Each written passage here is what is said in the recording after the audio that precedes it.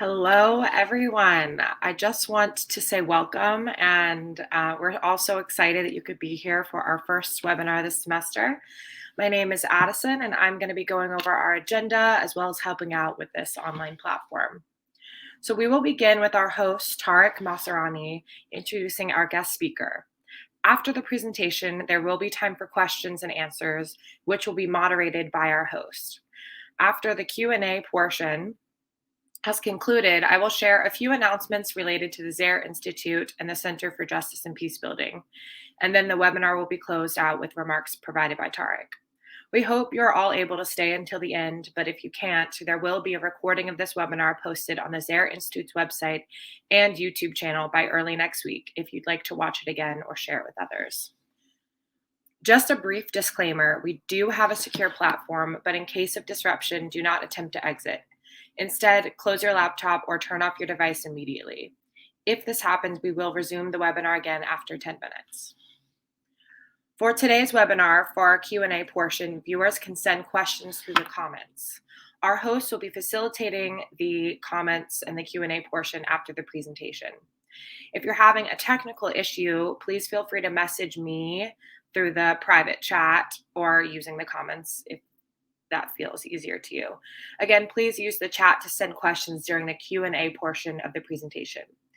Thank you, and I hope you enjoy the webinar. Now I'm going to pass it to Tarek to introduce our presenter. Thank you, Addison. It is my pleasure to open up the 2022 season of Zehr Institute webinars with Terrell Mosley and his story of resilience, renewal, and reintegration that is sure to inspire us as we move into a new and uncertain year. Before we start, I want to acknowledge that Eastern Mennonite University, which is hosting this series, lies amongst the traditional lands of the Manahoic, Monacan, and other Siouan and Algonquin nations. The Center for Justice and Peace Building here at EMU is actively engaged in understanding and addressing its own settler histories and our ongoing impacts on Indigenous peoples. Indigenous, as well as other BIPOC voices and their stories will be prominently featured in our webinar series. Finally, I want to express appreciation for CJP student Ann Coyne, who previously worked with Terrell at the Susquehanna Valley Mediation Center and connected us a few months back. Let's look at a quick bio of our guest speaker, Terrell Mosley. As you can see, Terrell works at Susquehanna Valley Mediation in Pennsylvania as the reentry and reintegration coordinator. This is a program that works to create stronger, healthier communities by addressing the conflicts that arise between those incarcerated and those in the community that they're returning to. We'll talk a little bit more about this program and how it was set up later in this session. For now, we're gonna get to Terrell, who is joining us from Milton, Pennsylvania, where he lives with his family. Terrell, as this week commemorates the legacy of Reverend Dr. Martin Luther King, I want to start off by asking what you found meaningful happening in and around your hometown of Milton, Pennsylvania. Okay. Yeah, hi. I just would like to say hi first and foremost, and thank everybody for joining us. This week, MLK week, we have a couple things going on. They have a virtual peace walk, which was originally intended to be a regular peace walk, but due to the weather and COVID, they switched it to virtual, which I found was pretty nice. They also had a professor come to Penn College, which is in Williamsport, to speak on the legacy of Dr. King. One of the things that I found pretty interesting is the fact that with MLK this year, we have our first Black mayor in Lewisburg, Pennsylvania, as well as my cousin, who's the mayor of Williamsport, who's also Black. So I believe he was the first Black one in Williamsport as well. So with MLK's legacy, it seems like we are making some progress, it seems, especially in these smaller towns where it's predominantly white. Thanks, Terrell. Let's move on to the heart of what we'll be talking about in this webinar. I'll start by saying there are over 2 million people, disproportionately Black men, who are currently incarcerated in the US prison system. 1 in 7 face 50 years to life locked up. Nearly half of families in the United States have had an incarcerated family member. Terrell, you have your own unique story. Let's start by hearing what led you into the system yourself. Okay. So in order to understand, how I became to basically running with the system, I have to take it back to the beginning. In the beginning, so when somebody usually gets introduced to the system, it's not that they woke up one day and said, I think I want to go commit a crime. There's lots of factors that go into a person's mindset, the way of thinking and their way of life and the perception of life altogether. And I truly believe that it starts in the home. My home life, I was raised by a single mother. My father, he left when I was about 3 years old. And the only memories I have of my father were bad memories. He used to abuse my mom physically and mentally. So it was me and my brother being raised by my mom. Due to the effects of what he did to my mother, she did the best she could do. She worked all the time, but when she wasn't working, she found herself drinking, and being in the bars a lot. So ultimately, my brother and I had to raise ourselves. Eventually got to the point where my grandmother, who lives in Milton, I was living in Williamsport at the time. My grandmother who lives in Milton, she stepped in and said, either you come live with me or I'm going to take the kids from you, because she's seen, the effects that it was having on me and my brother. So my mom, she decided to move to Milton, and we moved in with my grandmother, which, I feel it was a blessing because I was really close with my grandma when I was young. So ultimately I was happy at first, but when we got to Milton, it was a little bit of a shock to me because, I grew up, all my friends were Black in Williamsport. So when I come to Milton, I'm like one of only a handful of people in Milton that weren't Black. There was only a couple families, Black families in Milton. So needless to say, navigating through school was difficult. Just based upon the color of my skin, I stood out. So it seemed like I got a brunt of a lot of the negative behavior. I spent a lot of my time in the principal's office. So, school was rough, in the aspect of just, teachers misunderstanding me or sending me to the office for everything and things like that. Navigating that was a challenge. It was challenging in and of itself because, it's, home life, growing up without a father. So I have that in my mind. Hanging out with my friends, going to their house, seeing that they have both parents, so that played in my mind. So I had a lot of resentment and a lot of anger. But when I was younger, that resentment, anger, it came out with just like, standing out in class, being a class clown, things like that, simple things. As I started to get older, going to high school, things started to get a little bit worse for me, only for the simple fact that, as you get older, you start to understand and see things a little bit more clear. And so you start to take things that are happening in your life a little bit more seriously. So when I was in junior high, I experienced being ran out of school by a group of kids, screaming the N-word at me, telling me to go back to Africa, things of that nature. And this was right in the middle of class, in the middle of the day.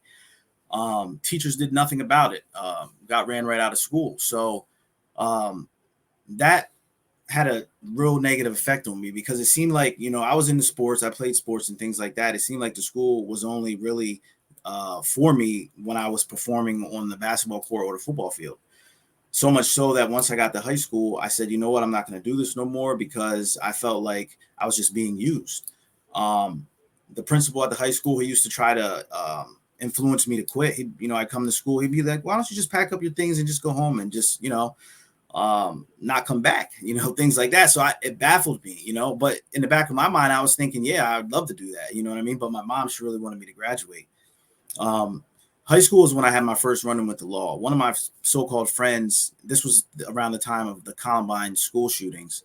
I had made a joke, which in hindsight, it wasn't the smartest thing to do around that time. But in actuality, I wasn't going to do anything. I was a very nonviolent person. But and anyway, he told the principal that I was going to come in and blow everybody up and kill everybody and things like that. Now, mind you, I'd never been charged with anything in my life. I wasn't a violent person. I got along with everybody. But it seemed like it fell right into the school's lap because they wound up calling the cops on me. And when I went in that day, they took me to the police station. And when they took me to the police station, my mom came to see me, and they wouldn't release me. So they wound up sending me to a juvenile facility. And that was my first run-in with the cops. I went to the juvenile facility.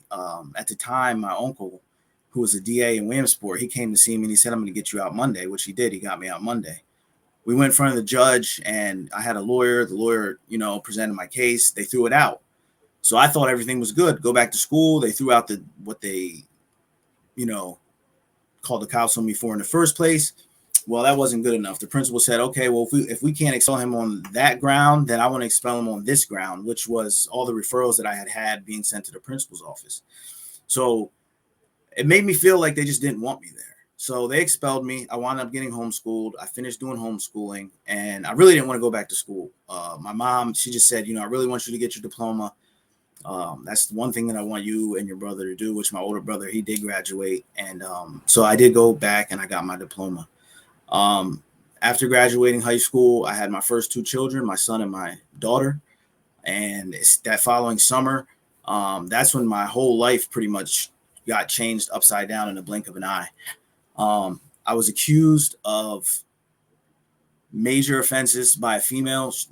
It was me and my two friends. We got accused of some major offenses, ranging from rape to kidnapping to involuntary sexual assault, indecent assault. I'm saying like 14 felonies. When the officer came to my home, I felt a little sense of relief because the officer that came to my home, he worked in the school. He was an auxiliary officer. So when he said, we got word of this and we would like to know if you could come down and explain to us, what's going on and things like that. So I said, "Yeah, sure. I'll come down." I felt secure and comfortable knowing who he was and that he knew me and my family. So when I get down to the police station and he says, "Okay, tell us what happened. This is why you're here. We need to hear what happened from you." So I said, "No problem." I wrote like a 2-page long story telling them everything that had happened, everything that transpired. And he basically just made me sit there. He said, "Okay." So to make a long story short, he waited and waited and waited. And about 3:00 in the morning, he got one of the magistrates to come out of bed to come and read us our charges and arraign us and send us to jail. I was 19 years old at the time. They sent me to a county jail. And on the way to that jail that night, it was me and my friend who I grew up with at the time who were being accused of this. It was like the most shocking thing that has ever happened to me up until that point in my life. Simply because of the charges that I was being charged with, knowing the type of person I was, but also knowing that I'm going to jail for the first time and I didn't know what to expect. You see things on TV. It seems like it's a scary place, things of that nature. So I get to the jail, and when I got to the jail, they stuck me behind the wire, which is the whole solitary confinement. They stuck me in solitary confinement for like the first 2 days. When I got out of solitary confinement, they wound up sticking me back in the hole because of me getting an extra tray at chow time, which I didn't know I couldn't get an extra tray. One of the other inmates said that I could have an extra tray, so they stuck me behind the wire. So they put me in solitary confinement. So my first experience going to jail, they stick me in the hole for the first 30 days. And when I got in the hole, I broke down. Like I broke down. I lost it. I prayed to God. I said, "Why?" I didn't understand. Like, why me? Why am I going through this? Why am I being accused? Why? What I'm saying? Why can't I go home? At that time, after about the 30 days of me being in solitary confinement, and I kept writing to the courts, and I had a paid lawyer, and they weren't letting me out. I wasn't getting many answers. So I sat there in the county jail, came up to a year, and my lawyer came to see me and he said, "We have to pick our jury next week for the trial. And I would advise you against going to trial." And I said, "Well, what do you mean you would advise me against going to trial? I didn't do what they're saying that I'm doing." He said, "Well, that's all good and well, but I just want to be honest with you. Being in the environment where we're at, the majority of your jurors are going to probably be white. And the fact that you're black and your friend is Spanish, but he looks black, 9 times out of 10, they're probably going to find you guilty."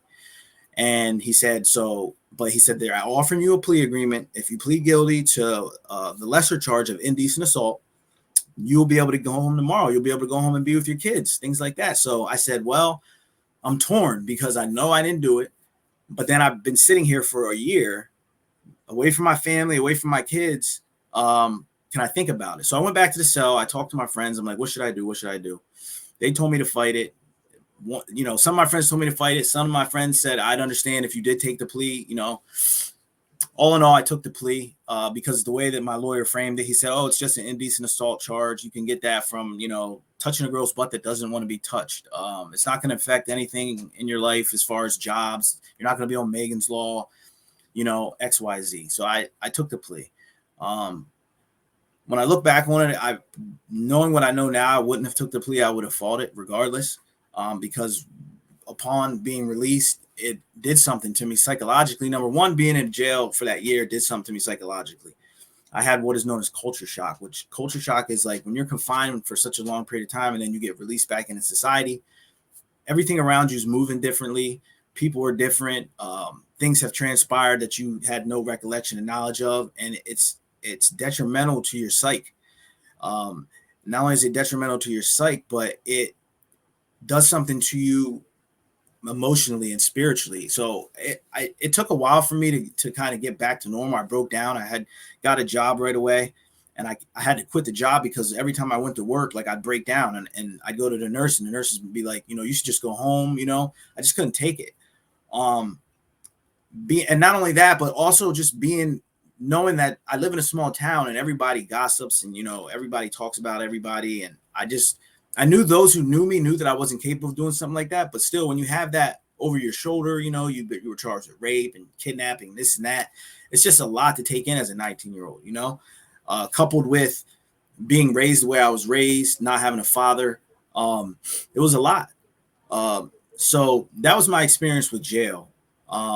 Also, the system itself, being on probation. So they sentenced me to a 3 to 23, which means that technically I would only was supposed to serve 3 months, and then you get out and your tail is the 18 months or 19 months of time on the street for probation. Well, my lawyer, when we were in court, I made sure I told my lawyer, listen, if I sat 12 months and I'm getting a 3 to 23, make sure all my time is counted. So in essence, if I sat 12 months and I got a 3 to 23, I should only have 11 months to walk off.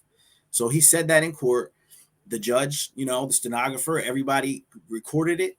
So when I'm out, I walk off my time, my 11 months that I thought in my mind that I was supposed to have walked off. And I went to the chief of probation. I said, I should be off for probation. He looked at me and said, I did you a favor. Get out of my office. If you bring this to my attention again, I'm going to send you back over to the county jail and be done with you. I did you a favor. Now, I didn't know what to think. I just was angry. Like, are you mean to tell me not only you robbed me of my time, but you're trying to add more time even on the street? So what can I do about it? Nothing. I walked off the rest of that time that I had did, but it did something to me. It made me more angry. It made me more frustrated. It made me have a lot more resentment than I had prior. So what I did was I tried to numb the pain. I was doing drugs and alcohol and hanging out and partying and things of that nature. I wound up getting 3 DUIs in a short span of a time. When I got the DUIs, what they did was they gave me house arrest because I was working. And when I was on house arrest, I walked off 7 months, and then somebody decided to call my PO, lie on me. I went to the office. The PO said, we got word that you were like at a Sunoco instead of being at work. So we're going to resentence you. We're going to take away the 7 months that you did on house arrest. We're going to resentence you to a 1 to 2 upstate. And that'll be that. So they locked me up in the county, resentenced me, and I went upstate. When I went upstate, I went to a maximum security facility in Pennsylvania. It's called Greater for Pennsylvania. And I'll tell you, the driving up to the state prison compared to going to the county jail, it was the most overwhelming thing that I've ever experienced in my life. You have the big wall, you have the big gate when they let you in, and you're with killers. You're with people that are doing life. And I'm there for a DUI. So, I get there and, I navigated through it pretty well because like I'm a non-confrontational person. I get along with people, I like to help people. And honestly, like going there was the place that I actually did the most soul searching. And I realized that I found out a lot of things about myself that as to the reasons why I acted and lived the way I lived and thought the way I thought. And I did a self inventory, and I came to the conclusion that I'm no longer going to allow these things to control and dictate my life. I have to take control of my own life and do things for myself and my family and not let anything on the outside be able to control or dictate that. So that's what I did. Upon being released from state prison, I finished going back to school, which I started before I had got that charge that put me in the county. But this time, instead of going for culinary, I went for criminal justice because being in that setting in the state prison and seeing how many people, young people especially, that were there, and then being in the county jail as well, people are hurting. People that are locked up, incarcerated, not everyone is the crime that they're being charged with, number one. And number two, there's a story behind what allowed them to be in that position that they're in. So that's why I chose the path that I chose as far as going to criminal justice. But I knew that I wanted to be not on the side of locking people up, but I wanted to be on the side of helping people maintain and be productive members of society. Thank you, Terrell. Life in prison conjures up many different images and feelings. For those that haven't experienced it, they're shaped by the media and what comes around and rumors. I'm curious if you have any particular experiences from your own personal life to share about what it was like inside. Yeah, absolutely.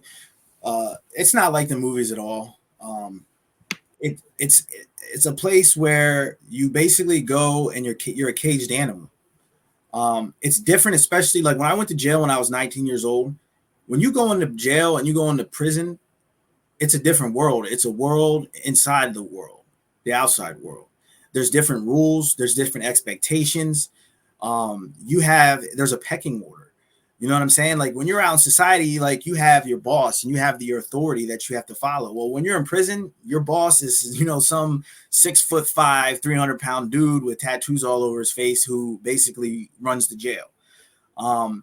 It's very intimidating. It's like a power structure and a power dynamic place. So for instance, when I was 19 and I was locked up for the first time, like going into jail, like you can't show that you're sad.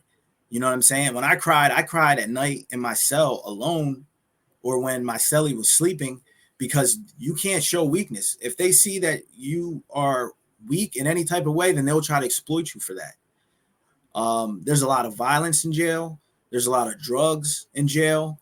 You get no help unless you help yourself. It's, every once in a while you might find that counselor that really does value life and really does value promoting change in a person, but that's few and far between. A lot of times they just go there to pick up their paycheck and they look at you like you're just an animal that belongs caged up. I'm curious, Terrell, how did you find it in you to continue every day? What did you notice about who you were in that context, in that environment, which sounds so inhospitable to your full humanity? Well, what it is this. I came to the realization that, like, my grandmother, who I love and adore, she is like the apple of my eye. She, in more ways than one, she affected me in such a positive way throughout my life. If it wasn't for her, I would be dead or doing life in prison. And I say that because me and my mom, we didn't have the best relationship. And now that I'm older, I realize the pain that she suffered from my father, the physical and mental abuse that he did to my mother, it wasn't fair. And then she had to raise two men after the effects that my father left on her. So when you're young, you don't understand that. You don't see that. All you think and see is mom won't let me do this, or mom, like my mom, the only way my mom knew to raise my brother and I was with aggression. She thought that as boys and as males, like we shouldn't show that emotion. We shouldn't cry. When I got out of jail, when I was in the county, when I came home, I'll just give you an example of how hard my mom was. When I cried and was breaking down and was having anxiety attacks and things, my mom told me that she didn't raise no punk to stop crying. She didn't raise no punk. And I just couldn't understand that. That just like, then I couldn't understand it. But now that I'm older, I do understand that she dealt with a lot of pain. She still deals with a lot of pain to this day. She was only with one other man beside my father throughout my life. And that man I felt real close to, a close bond with. He was taken from me after 5 years. He died of cancer. So my mom, she dealt with that pain. She never healed from that pain. She just lived through that pain. And so as a result, that caused my mom and I to bump heads throughout my whole entire life. But my grandmother, I thank God that my grandmother was also in my life, because she made us go to church when we were little. Even though I didn't like to go to church, she made us go every Sunday, up until the point when we were teenagers, and we basically decided for ourselves whether we wanted to go or not. But to answer your question, it's God. Those moments that I was in those cells, I wanted to give up. I could not understand and fathom anything, but all I did was just pray. I just kept praying. And then it's not like he came down and said something to me, like something magical. But what he did is he gave me strength. And he just, each day that went by, it seemed like I could just function. I could just function. And that's all I really wanted to do while I was in that environment, was to be able to function. Because it feels like my soul was snatched away from me when they did that to me, in more ways than one. But to answer your question, it was God, most definitely, that got me through, and my grandmother that got me through. So there was this real evolution, as you've referred to, in your own life path. Can you describe to us how that evolution, and where did that take you after you completed your sentence? Well, so I had met a counselor when I was upstate, and her name was Miss Patty. And so she took a liking to me. She said, you know what? She's like, you don't come across to me like a lot of people that I deal with in prison. Now, mind you, I didn't have a criminal record other than those DUIs and that indecent assault charge that I pled guilty to. So in my mind, I didn't think of myself as like a criminal. You know what I mean? When I was younger, I drank, I smoked weed, I partied. But she explained to me, she's like, there's this thing that's called criminal thinking. You develop it at a young age. For example, you have one child that might go and try to get a cookie out of the cookie jar. And when the parent says, you can't have a cookie without asking, that child may put that cookie back and they may never go touch that jar again. That would be my older brother. Then she says, you have that other child that even though the mother or the parent tells you that you can't have that cookie, they still try to go and get it. And even if they get caught, they try to, and she explained to me, that's the start of criminal thinking, little things that people don't really pay attention to, but those little things after a while can become bigger things, the lying, the misconception. And then you couple that with, your upbringing, coupled with the things that influence you, such as a school or such as a job. All that is what shapes and molds a person. Things that people have necessarily that they may take for granted on a daily basis. Some people aren't fortunate enough to have that. So my evolution began by basically tearing myself down, taking everything away from me, taking away the excuses, not giving my absent father the power over me anymore, not holding a grudge against my mom and have resentment for the things that she didn't do, realizing that she did her best given what she had, not making excuses anymore. I didn't deserve to be charged with, those major offenses. And I didn't deserve to go to prison, and I didn't deserve to go to jail. But guess what? I did a lot of things in life that, that could have wound me up in jail, or I could be dead. So I took all that back. I did a self-inventory, and so I had an epiphany. It was like a weight was lifted off my shoulder. So when I came home from state prison, it was like I was a new person. You know what I mean? I walked off my parole. I graduated college. I dedicated myself to be the best father that I knew how to be. I didn't have an example, but I just knew that to be the best father I could be, I need to show my kids love and consistency. Things that I yearned for, I decided that I was going to show my children. I had a purpose, a new purpose, a found purpose that I had. Before that, I didn't really think that I had a purpose because I was so angry and I had so much resentment. My father not being in my life and him doing what he did left a dark spot on my soul for the longest time. Yeah.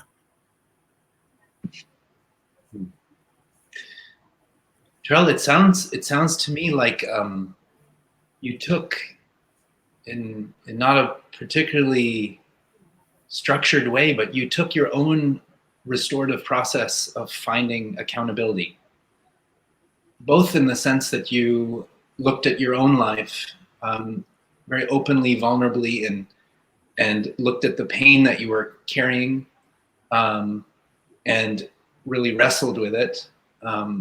And also in the sense that you were able to understand better the root causes, the context, the conditions, whether it was from your early days in school, whether it was from the broken family and poverty, the racism that you experienced from a young age, being able to understand how those factors played a role in shaping your own path, and acknowledging those and having a kind of a nuanced understanding of what shaped you and finding power in redefining yourself. Absolutely. I really want to thank you for sharing that, and maybe turn now to the work you are doing in the beautiful arc of now pivoting and being there for other people who might have a similar path. Tell us a little bit about what the work is at the Susquehanna Mediation Center. Okay, so I work at the Susquehanna. It's called Susquehanna Valley Mediation Center. It's a mediation center first and foremost, which they deal with like conflict. Like we get referrals from courts that it might involve children and youth trying to find the best living arrangements for the child, which would involve mediating between the family members. We also do trainings. We train different organizations and agencies. The baseline for everything is communication, though, because through communication, the power of communication, anything is possible, especially when it comes to conflict. So what I specialize in mainly at the Mediation Center, though, it's reentry, reintegration. And the key with that is, it's like, so I'll give you an example. If somebody, like you have somebody that's getting out of prison and they might need to go home, but their home life, they burned a lot of bridges, they did a lot of things that, they have broken relationships. So they might need, a mediator to come in and mediate between them and the family to try to get them back on one accord and, smooth things out. It may take 1 session, 2, 3, who knows? But where I specialize in that regard with reentry mediation is the fact that I've been there. You know what I'm saying? So I know firsthand what goes into the thought process of someone that has been incarcerated, as well as the family members that are also affected. Because a lot of times people don't understand is, you have a person that may be incarcerated, but the family member, they suffer just as much, if not more, than that person who's actually incarcerated. Especially if they have children involved. I mean, it breaks relationships down. So what we try to do is we try to facilitate a positive structure to kind of mend those relationships. But then I also not only do the mediation aspect of it, I do mentoring. I try to mentor people that have been affected by incarceration and let them know, like, try to show them that there can be a light at the end of the tunnel.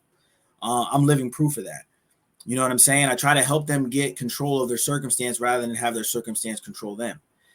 Basically what I do also is I do anything that they need. If they need transportation, I try to help them with transportation. If they need, a lot of times people, when they get out of prison, they're dealing with so much on a personal level, as far as anxiety, emotional. They might have drug abuse, PTSD from being incarcerated, that they don't find a motivation to make these appointments for drug and alcohol counseling or anger management or the things that their probation and parole officer have stipulated for them to do. So I try to be that person to kind of give them a nudge. Sometimes I even call and make the appointments for them, because if they see that they have somebody in their corner that's not just trying to be there to lock them up or wait for them to fail, it helps them to succeed. You know what I'm saying? It's almost like it rubs off on them. And then they also feel like they have someone that actually cares, What was your own reentry like in terms of dealing with the conflicts and the impacts that characterized your relationships and those people you were returning to, and also figuring out how to rebuild your life and getting the support needed? Yeah, it's unfortunately they didn't have my position, a person in my position when I was going through the system. I wish they would have, but that's like, once again, I thank God, because it's like it's almost like I had to walk through the fire myself. Now I do have a strong support system in regards to the little bit of family that I do have in the area, my mom and my gram, and then I had my kids. So I like, and I was starting from a place where a little bit further along in the aspect of, I wasn't in the streets like that. I graduated high school.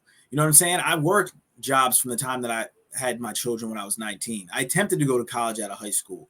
It's almost like my ills came from like emotional damage or damage like in just a non-traditional household, going to your friends and seeing that they have different things, than you have. You know what I'm saying? It was almost like a psychological, emotional, rather than the person that may grow up and they might be in foster care. Like I had a best friend that grew up in foster care. He didn't know who both his parents were.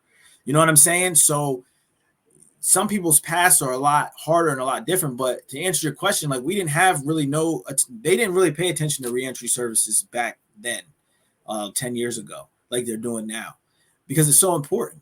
Reentry and restoration is so important. You know what I mean? You have to put value in a person. The person that you lock up is eventually going to come home into your community. So would you rather that person come home and be worse off than they were before they went in? You know what I'm saying? Yeah. Do you remember what it was like to come home to your mom and your children? Like what that was like and how it felt? The first time when I came home from the county, it was bittersweet. It was awful, but I was glad to be home, but it was almost like, since like nobody understood me. Like my mom didn't understand. Like to everybody else, it's almost like it's like a blink of an eye because life goes on. But for the person that's behind those walls and incarcerated, when they come home, they have to unpack all that trauma. So you can't necessarily do that with someone that looks at your situation as just, when a person has like out of sight, out of mind, it almost buffers or it almost lessens to a degree what you have went through because they didn't physically see you go through it.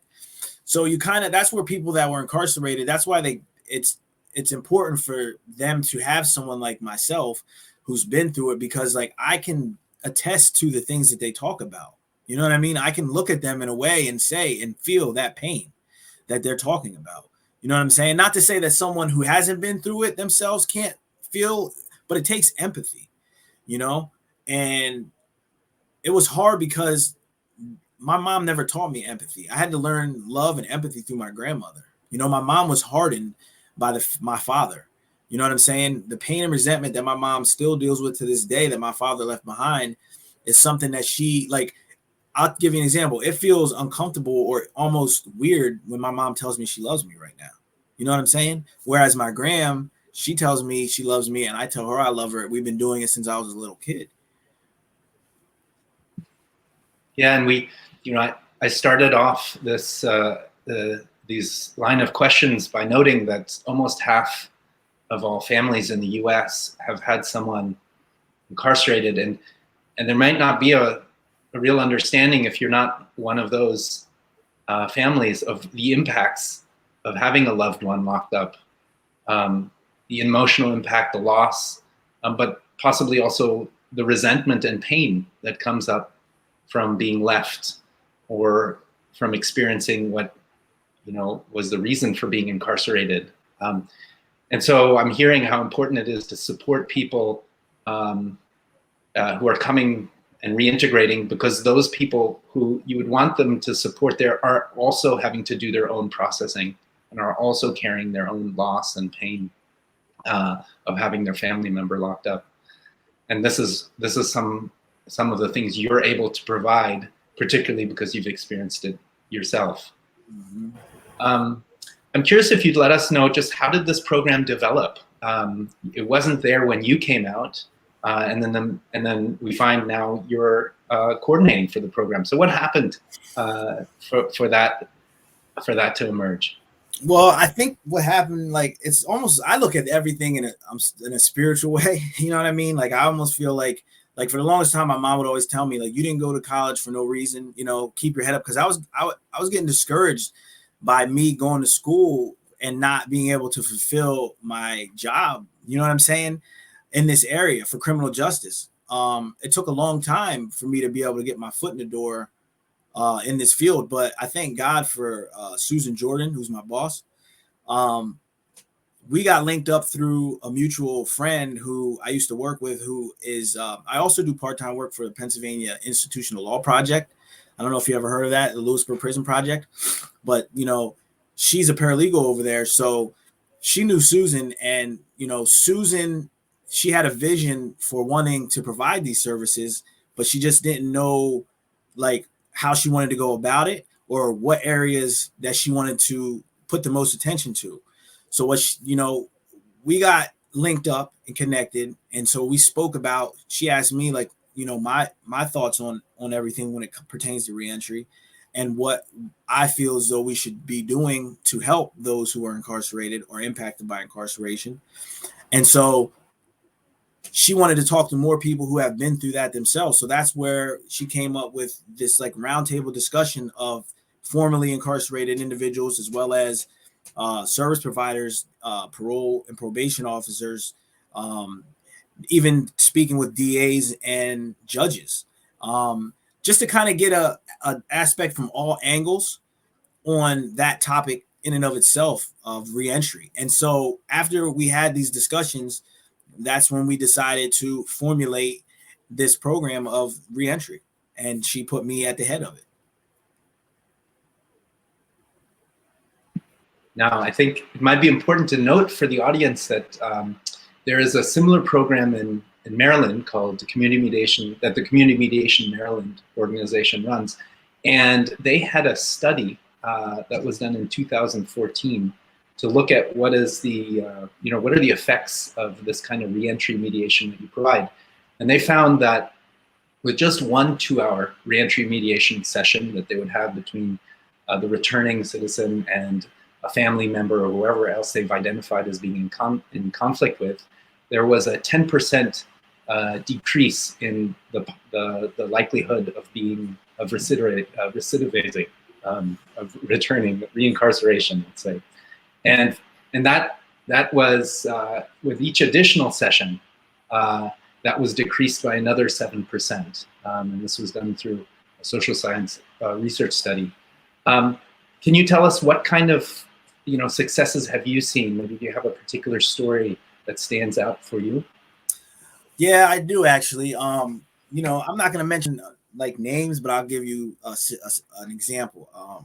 So I've been dealing with individuals, clients, individuals, and this one particular individual, he was referred to me by the NAACP, and he was a minor, 17 years old, and he got mixed up with the wrong friends, and so he wound up getting charged up, and the mother, they locked him up, and they were going to charge him as an adult.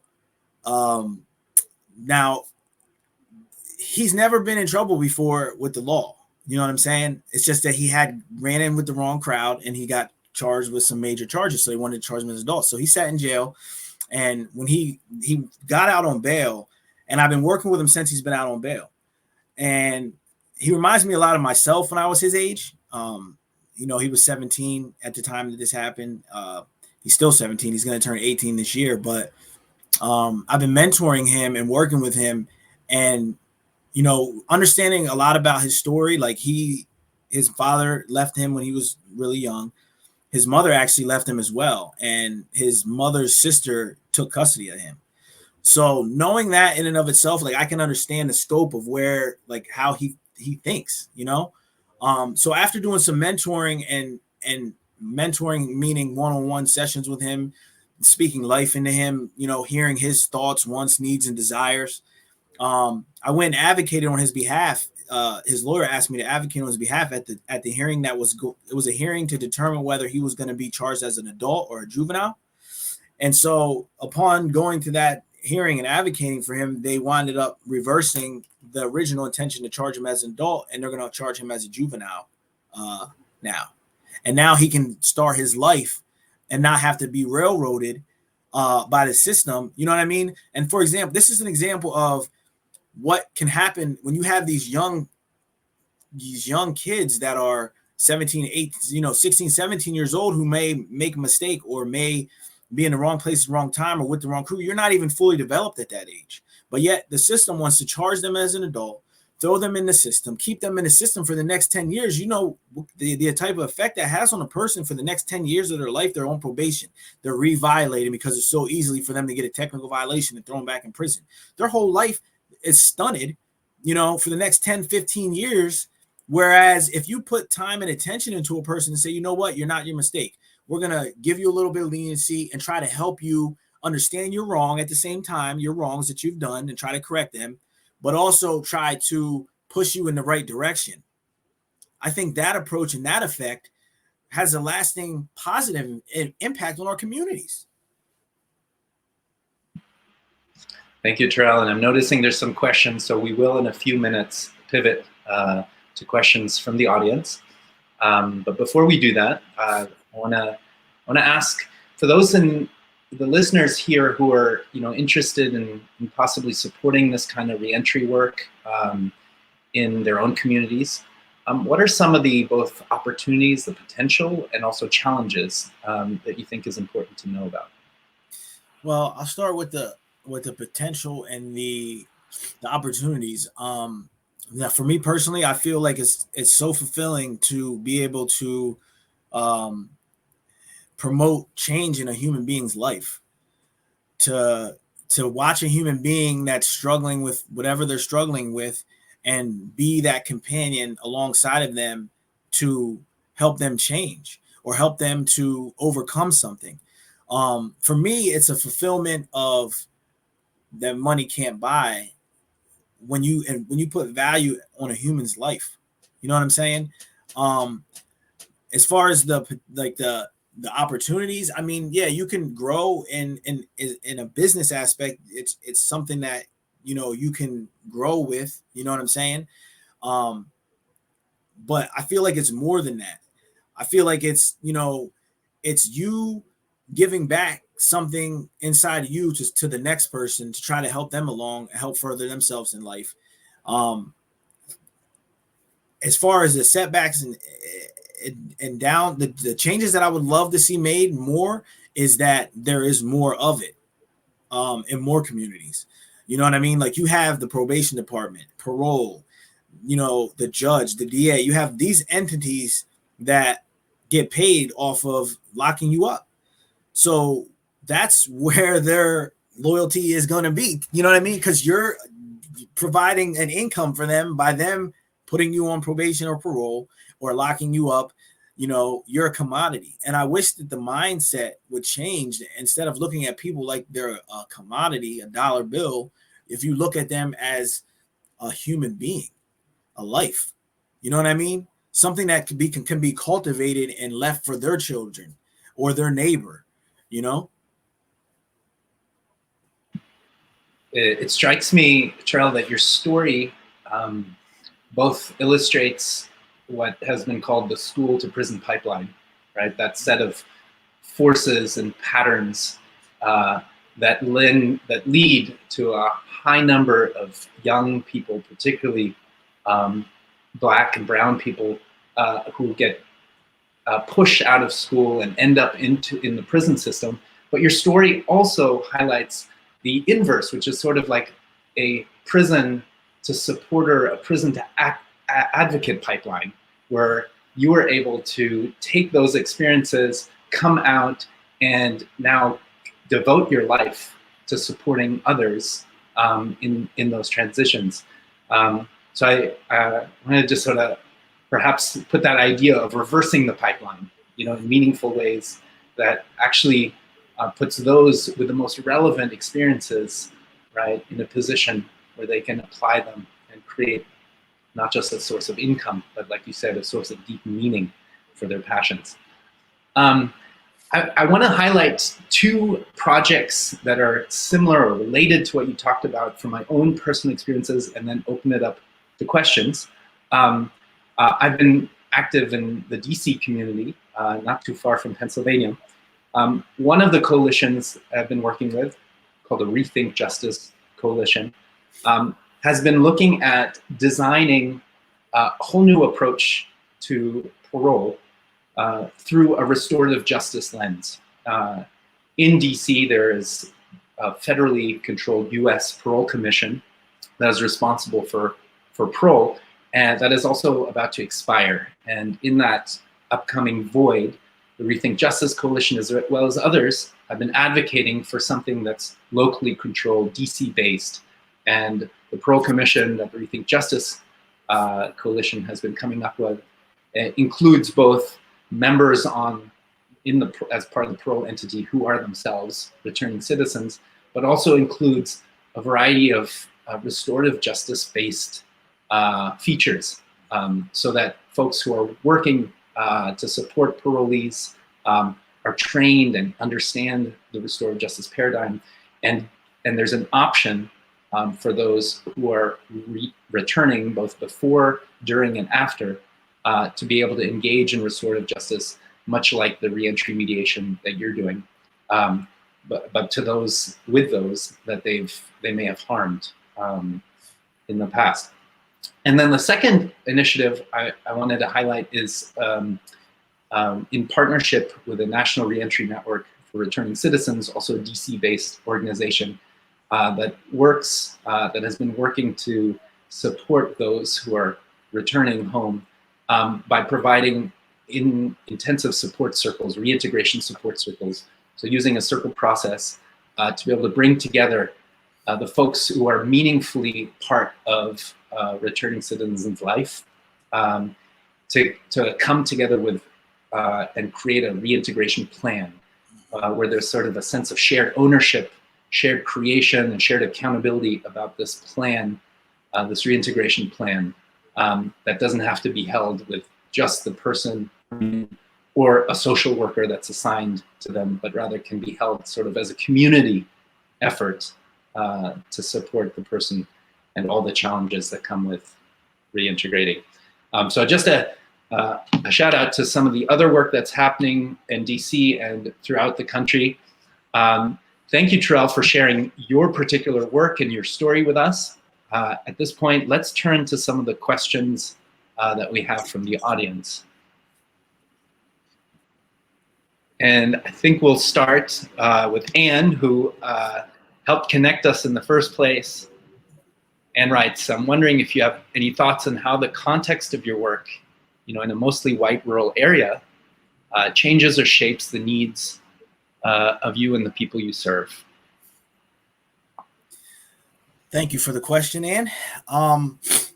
The strange part about like being in a predominantly white area, and you would think with me growing up in this area and dealing with the racial tension and biases that I dealt with in this area, that I would have some type of almost like a resentment toward that particular race, but it's a complete opposite, because for me, like, I don't see color, you know what I mean? And I look at people as people. So it's almost like the opposite. When I deal with individuals or clients, it's almost like they look at me as to say, like, wow, like I have someone Black that's in my corner, you know what I mean, that wants to help me and give me a helping hand.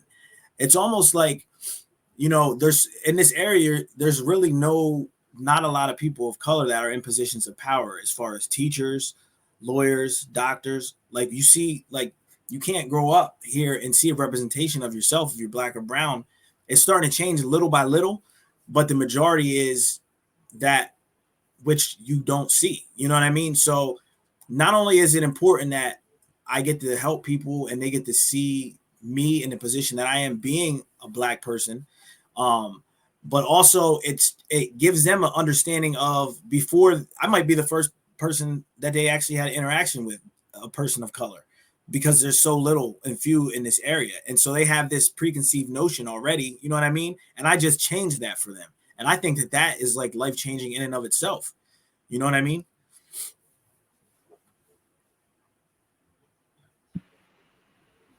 Thank you, Terrell.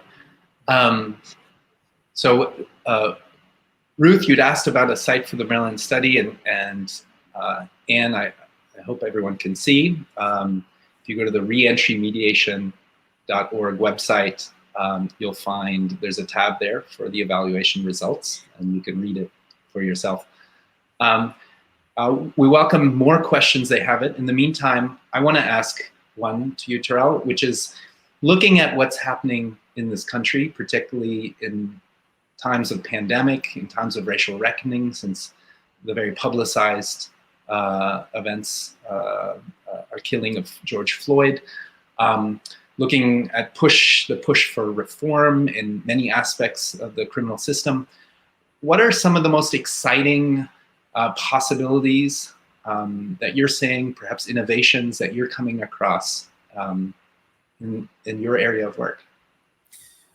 Well, as far as like, I mean, it's almost like as far as something exciting and innovating, it's like almost like few and far between, because like in my neck of the woods, like it takes a lot for people that are so entrenched and ingrained in their way of thinking and the way of doing things for so many years that it's going to take a lot, you know what I mean, to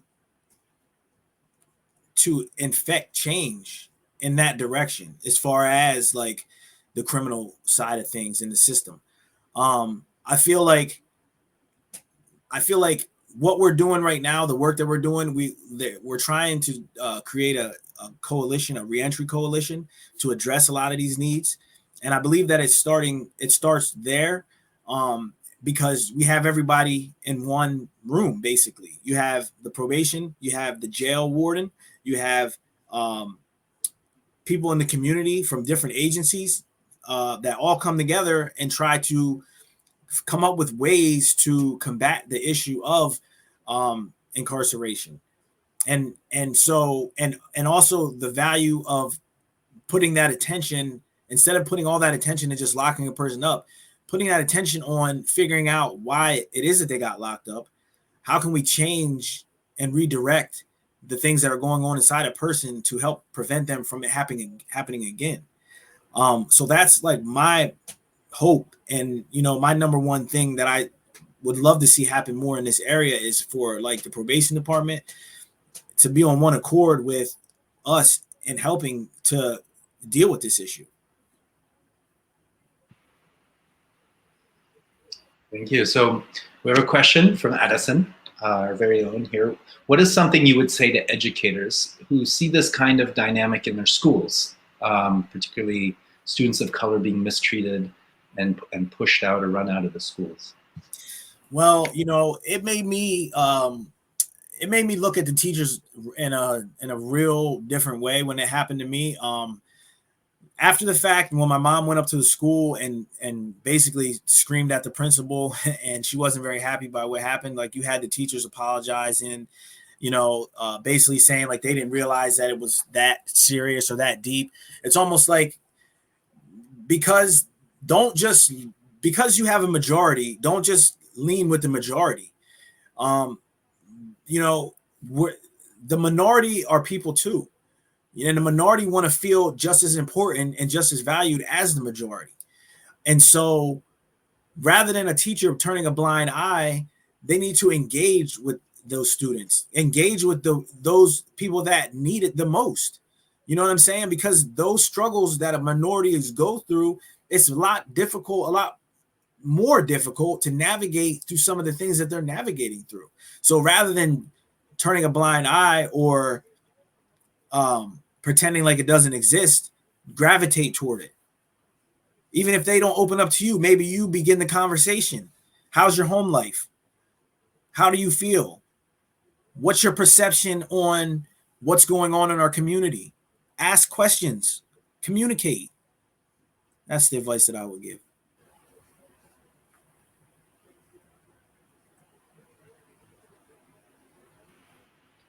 Thank you, Terrell.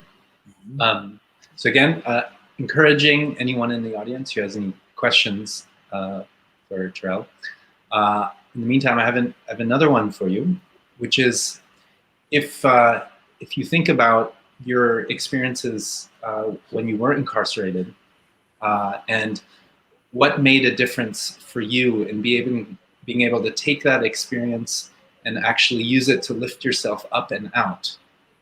What are the kind of things that you want to see changed in the way prison experienced in order to help people have the same kind of transformation?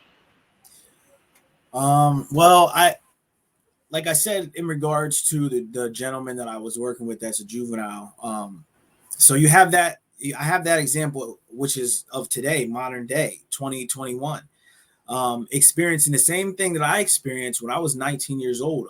I just turned 40 last week. So what, 20 years ago, you have the same things going on as you do today. That's a problem.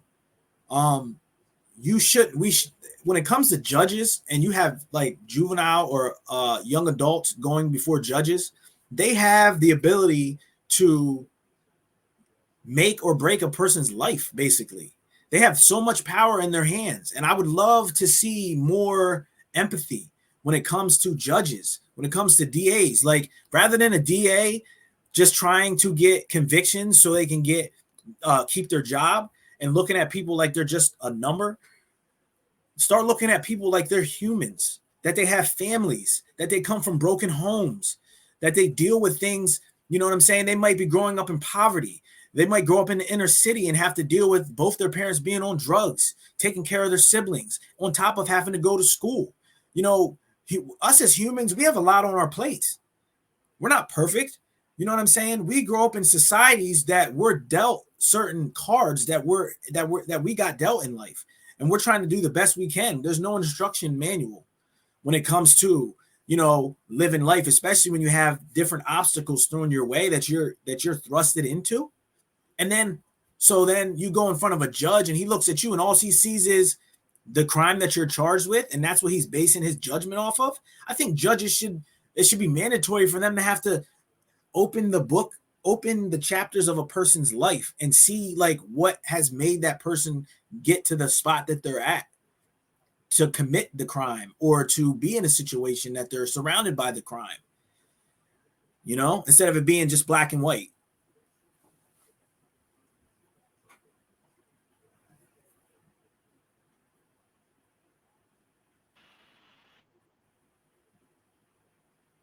Thank you for that. It reminds me of a quote by the Russian writer or author Fyodor Dostoevsky, who wrote something along the lines that the measure of a society or the measure of civilization is not how it treats its most valuable or most valued members, but rather how it treats its prisoners. I heard that quote before, and I like that quote. Yep. I'm curious, how do you see yourself having been treated now that you're out of prison, but you continue to have that possibly a stigma? I don't know in what kind of context it might come up. Certainly, it may have been an asset when you were taking on the job you currently have. But in what ways did you find it in your own personal life act as a barrier or a source of stigma for you? Well, I'll tell you like this. It's been a barrier. It was a barrier all the way up until I was about 30, like mid 30s, because I'd go to get a job. And so this is another thing that they don't tell you when they say, oh, take this plea. It's not going to affect you for the rest of your life. Another thing that they don't tell you is, being though I took the plea, right, of indecent assault, everything that I got charged with, all those felonies, they still show up in your record. So when you go to get a job, and okay, you pled guilty to a minor misdemeanor, but when they go look at your background, everything that you were charged with shows up as well. So you as an employer, you see 14 felonies that you were charged with. You know what I mean? That right, it's almost like they convict you as well. You get like a double conviction, because they look at it like, well, you pled guilty to this, so you must have been guilty of the rest, but you just only pled guilty to that. So that's what I had a lot of when I was dealing with a lot of employers. A lot of people said, you know, you're qualified and you seem like a good guy, but unfortunately we can't hire you due to the fact of these charges. It's a liability issue. So it literally haunted me basically most of my adult life. That one charge that I pled guilty to has haunted me my adult life. There was times that I would go for job interviews and I would think that I'm going to get the job, but then in the back of it happened so many times that I knew, like, don't get your hopes up until after they do the background check, because a lot of times they would say they can't hire me because of that charge. Yeah. Thank you, Terrell. We have another question from Addison. What are ways that schools can help with the reintegration of a student who went to jail or juvenile detention, or I might add, might have been out on long-term suspension, which is something that happens also quite frequently? How do you see translating the work you're doing currently to a school context? Yeah, I think it's important that we have people that are doing like reentry services that specialize in the area of prison.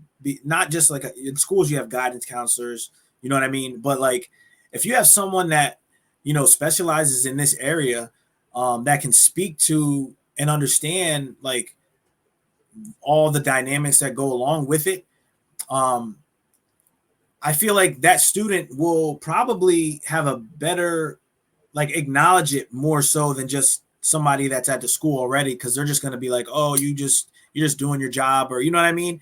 They'll have like a different respect for it, because it's almost like as soon as you mention the word prison, or as soon as you mention the probation, parole, juvenile facility, it's already like a negative connotation. So you have people that are looking down on you for that. And that's kind of how they treat you in school. Like, once you get labeled, it's almost like you have to keep that label, like the scarlet letter. You know what I mean? It's almost like once you get scarred, that's who you are, and that's how they treat you. Whereas if you put people in schools that are specializes in reentry services, they'll be able to speak to the pain that they're dealing with. Because a lot of times people that get trapped in the system, there's underlying issues. There's root causes to the behaviors. You know what I mean? And those are the things that need to be addressed and handled and figured out.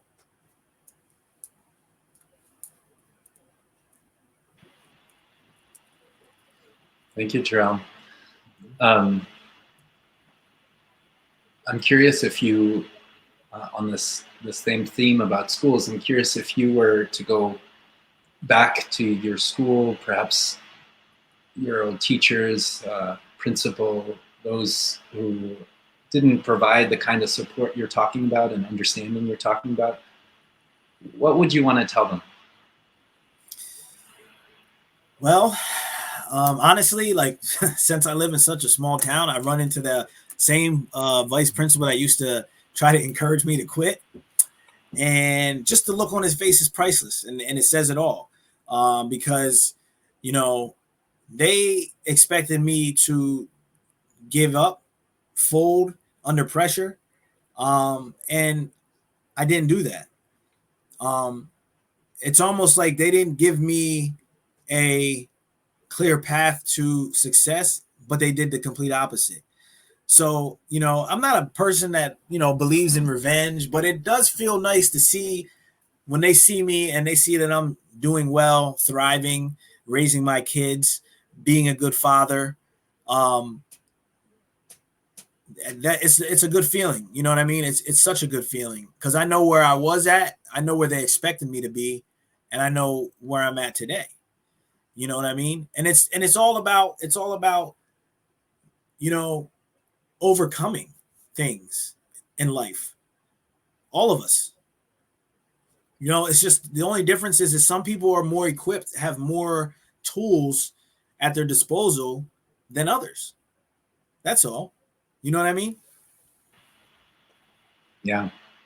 And as you mentioned, your children,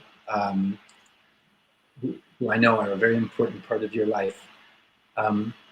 What are you doing to kind of translate the lessons you've learned in your life, the path you've had, and a lot of the pain that you've carried, and supporting them in their own path? Well, I definitely don't raise them the way I was raised, with an iron fist from my mom. I show them a lot of compassion and understanding, and I give them room to mess up. You know what I mean? I don't try to expect them to do over and above. You know what I mean? Like, I know how difficult life can be. I know the challenges that, are faced when you go to school, and just having to navigate through life, like besides your peers. I know the pressures that come along with that, and the peer pressures that come along with that. So I just try to, come from a place of understanding, love, and compassion. I got my youngest son and my youngest daughter, they're in college right now. It amazes me that living the life that I lived growing up, and knowing that my children that will never have to experience that, it gives me pure joy in my heart, to be honest with you. And you know what the ironic thing about this life is that I used to always say to myself, because my father, like, I had a yearning, just, as a young child, like, when you have a parent gone, if they're still living on this earth, like, there's like an emptiness inside, and you feel like, you go through life thinking like, well, was I not good enough? Like, how could a person leave their child? And so I always said to myself, I'll probably see my dad when he's on his deathbed. I used to say it, you know what I mean? Because it was just like, I just felt like it was, impossible for me to see him any otherwise. And that's actually what happened this past summer. He was diagnosed with cancer, and he reached out to me, and I went to see him, and he didn't look very good at all. And then, I couldn't get the closure that I wanted because, of the state that he was in. He was basically on his last leg. When I left him, that was the first time I had seen him since he left when I was 4 years old. So I had dealing with all kinds of emotions from that, but he passed away later on that week.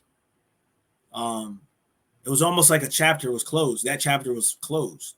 And when I reflect on that, part of me wishes that I could have like introduced him to my kids, his grandkids, or expressed that, even though you weren't in my life, and I went through a lot in my life as a result of you, like, I overcame all that. You know what I'm saying? Like, but I can't do that. And it is what it is, but it's just amazing to me sometimes how the narratives are written in our lives. Yeah, I imagine you're not alone in amongst folks who carry some deep pain around the loved ones, family members, guardians in their own lives. And they carry that, possibly some of them, until those are on their deathbed. There's a choice that you make, and how do you hold that pain, whether you try to engage and find some kind of healing with the person, or whether you search for that healing in yourself. Whatever seems possible, whatever seems manageable. Do you have anything extra you want to add about that very personal process that many of us have to go through in carrying the pain of our own family trauma? Yeah. If I feel like this, I feel like if I had someone at an early on who actually listened to me when I would say, like, the pain of not having my father in my life is doing something to me, is affecting me in a way that I can't really quantify or put into words. And in our society, we have lots of people that go through that, unfortunately, for whatever reason it may be. Those people need special attention. You know what I'm saying? If you see or you know that a person has one parent, or, you know, both their parents are foster parents, so they don't have their real parents in their life, there's a lasting scar that leaves in people. And unfortunately, you know, we don't have, and if it doesn't get addressed, then it turns into criminal behavior. So we need to focus on addressing the root cause of things in our society. You know what I mean? Like take an approach of helping one another figure out how to navigate through those negative things in our lives. I think if we do that proactively, then I think that we can cut down on some of the behaviors that wind people up in prison, in the prison system. Well, thank you, Terrell. I want to, on behalf of the Zehr Institute and the audience here today, just express gratitude for you telling your story and opening up for your work, your passion, now turned around and supporting so many others as they find their own pivoting and their own healing and their own restoration from the pain that they carry. I'm going to turn it to Addison for a few announcements, and then we'll close up this first session of the 2022 Zehr Institute webinar. Thanks for having me as well.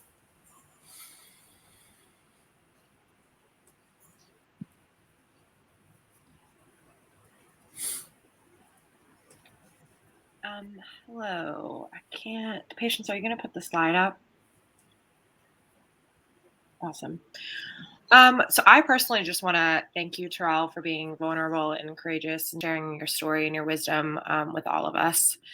And I'm just going to go through a couple of announcements. So the first one is our upcoming webinars. You can go to zehr-institute.org/webinars to find the link for all of these in descriptions and place for you to attend. The next one is February 23rd, called Futures Matter, a conversation with Maisha Tiwin. And yeah, so please visit our website for more information on that. Okay, and then the Strategies for Trauma Awareness and Resilience, otherwise known as STAR program, is designed for individuals and organizations whose work brings them into contact with populations dealing with current or historic trauma. While the global community continues to face turmoil and uncertainty, trauma and resilience education is as vital as ever. We are pleased to announce STAR 1 and STAR 2 are now online. Registration is available to join upcoming online trainings. A Level 1 and Level 2 course will also be available through the Summer Peacebuilding Institute starting May 26th. Visit emu.edu/CJP/STAR to get more information and register for upcoming sessions. After 2 years of online only, there will once again be in-person courses for the 2022 Summer Peacebuilding Institute. For a list of in-person as well as online courses, more information about scholarships to the Summer Peacebuilding Institute, changes related to COVID, and the metrics that we will use if we feel like we have to go back to online, go to https://emu.edu/SPI. If you're interested in learning more about restorative justice, we have several opportunities for you to study at Eastern Mennonite University through graduate degrees and certificates, such as the RJ or Restorative Justice Graduate Certificate, which is perfect for working professionals. EMU also offers studies that combine restorative justice and education, or RJE. Students pursuing a master's in education can get a restorative justice and education concentration, or similar to the previous slide, a graduate certificate is also available for those interested in RJE. There are also master's degrees in conflict transformation, restorative justice, and the newly added program for transformational leadership. The curriculum is practice-based and ideal for individuals looking to be reflective practitioners within their chosen field. For more information, visit emu.edu/cjp/grad. Last but not least, the Zehr Institute website is available as a source for upcoming events, resources, the schedule of upcoming webinars, and a place where you can find past webinars that are linked to YouTube. The recording for tonight's webinar will be available early next week. That concludes my announcements, so here's Tarek with a few closing comments. Thank you, Addison. And again, thank you, Terrell, for kicking us off with our first webinar for the year. I encourage everyone to check out what else we have lined up for the remainder of the season. I want to leave us on auspiciously the week commemorating Dr. Martin Luther King with the following quote to heed as we enter into 2022. MLK told us, "Law and order exist for the purpose of establishing justice, but when they fail in this purpose, they become the dangerously structured dams that block the flow of social progress." I hope we can take that quote and Terrell's story to heart, support programs that help those reintegrating and returning back to their communities, but also do the things that are needed to prevent them from being incarcerated in the first place. We look forward to seeing you next time at the Zehr Institute webinars. Thank you very much. Thank you.